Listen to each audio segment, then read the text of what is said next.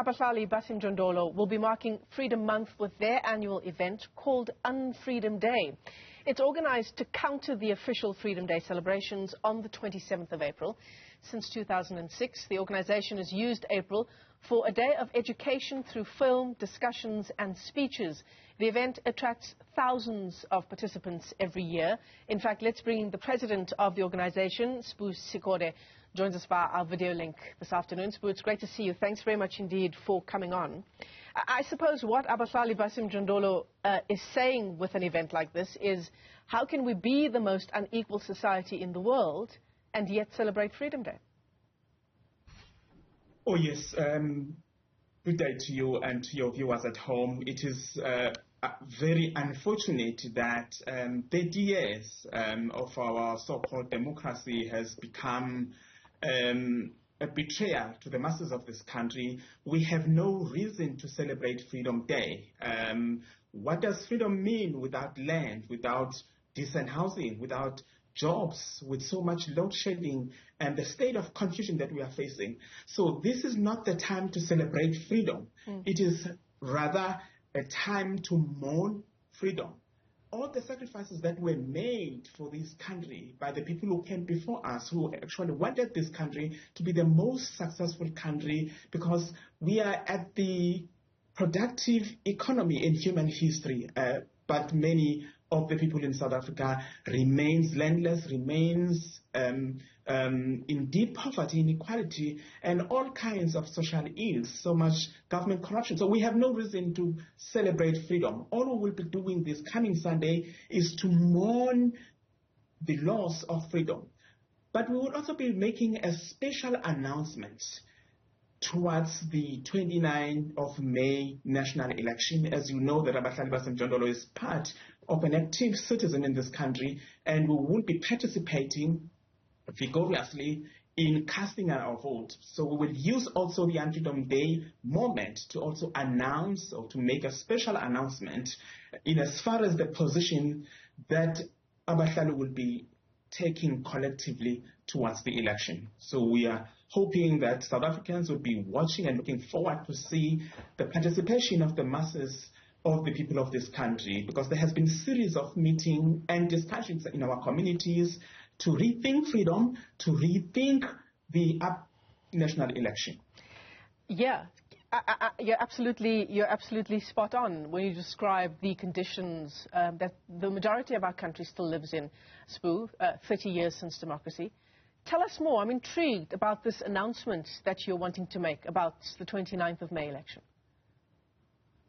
Well, as you would know, the Abahlali has more than 120,000 membership, at least in 4 provinces: KwaZulu-Natal, Eastern Cape, Mpumalanga, Gauteng.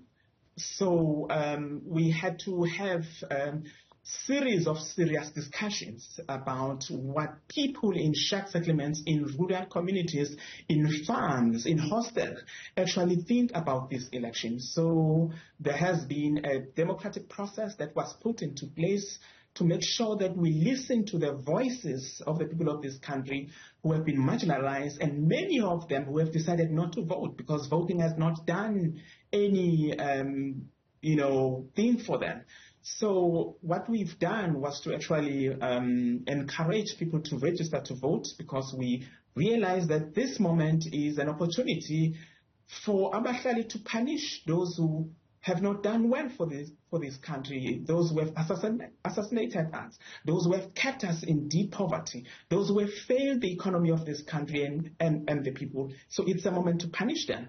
But at the same time, it's an opportunity to give others who have not really had an opportunity to govern. So Abahlali has taken these particular moments so seriously, not only that we have encouraged people to register to vote, but we have also engaged the My Vote Count, an NGO in Cape Town, to remind and educate our communities about the importance of voting, so that when we take a decision, it's based on an informed perspective. So this is what we've been doing.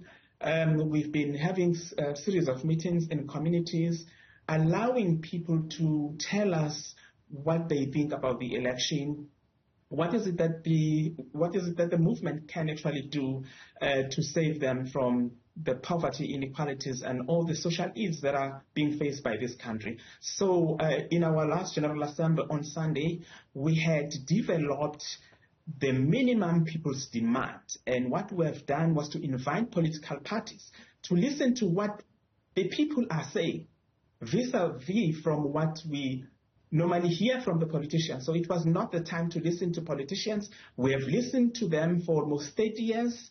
They have delivered nothing. Empty promises have been the order of the day. But this time around, we said, we've had enough of your manifesto, so we want to present to you the people's demand. This is what we've done in our last General Assembly on Sunday. And what was expected from political parties was to actually respond and commit themselves to the people's minimum demand. So this coming Sunday on the 21st of April, in our UnFreedom Day rally, we would use that opportunity then to make a special announcement as to what position, what collective position and tactical voting how Abahlali will be using their tactical vote in order to advance their interests, because we want this election to be used to send Abahlali demands at the national agenda. But we are also using this moment to actually advance the interest of the poor and the working class in this country beyond the election. So we've been lied to, and elections have always been presented as this miracle moment, as if something drastically is going to take place once you cast your vote. But we know that we've been voting, nothing has ever materialized. So that is why we are not just seeing the election as a democratic process. I mean, casting a vote, an event, will not make a change. So our discussion is, of course, looking also beyond the election. Beyond the election, we want to have Abahlali and the working class strategy and power to have been consolidated in order to achieve the people's demands. And of course, this takes place. I see that you don't want to tell me exactly what it is, what the announcement is that you're going to be making. And I understand that you want to keep it for your event on Sunday. But your event also takes place in a context where your own members and your own leaders have been assassinated. You talk about the assassination of the South African dream, but that has been the reality for members of Abahlali. Oh, yes, no, absolutely. Abahlali would be making this announcement, of course. I do not have a mandate right now to outline the plan of Abahlali. That is why we are inviting you and all media house, to come and listen to what Abahlali's demands are and how Abahlali is going to use their power tactically to make sure, first of all, that the ruling party is removed, that we are clear that we are calling for ordinary people of South Africa who have had enough of lies, who have been betrayed, who continue to be trapped in deep poverty, whose voices have never been heard, they have always been ignored. So we are clear that the African National Congress has to be removed from power. That I'm not ashamed of, and I'm not afraid to say it's one of those announcements that would be made clear. But of course, it is important for South Africans to know that the power lies with ordinary men and women of this country. Politicians do not own us. They do not own this country. It is high time that we call on progressive and democratic groups in South Africa to take their center stage. This is not the moment of politicians. It is the moment of the people of South Africa. And if we care enough about this beautiful country, it is high time that we take responsibility for what has happened, but in moving forward to make sure that our country is not left to people who have stolen from us, to people who have assassinated us. Abahlali have lost lives. We've got deep scars in our hearts, on our backs. We have been killed by the very same people who claim to be the custodians of this country, but who claim to be the leader of the society. And we are saying it is time that they be removed from power so that South Africans can take their center stage. And are your members still receiving threats, Sbu? Yes, Abahlali leaders are living under the shadow of death. As I speak to you, some of them are in hiding because we have rejected the politics of lies, we have rejected the politics of blood and intimidation.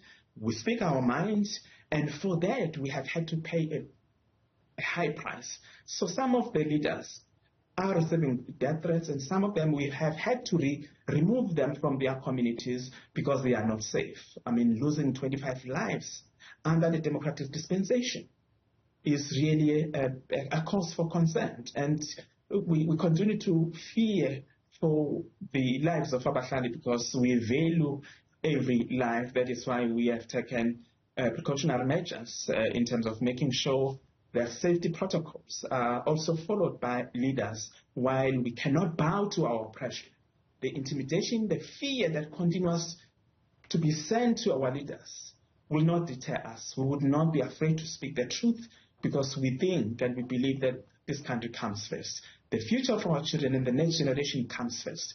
And therefore, we have the responsibility to talk, to act in the midst of the death threats and assassination that continue to haunt our movement.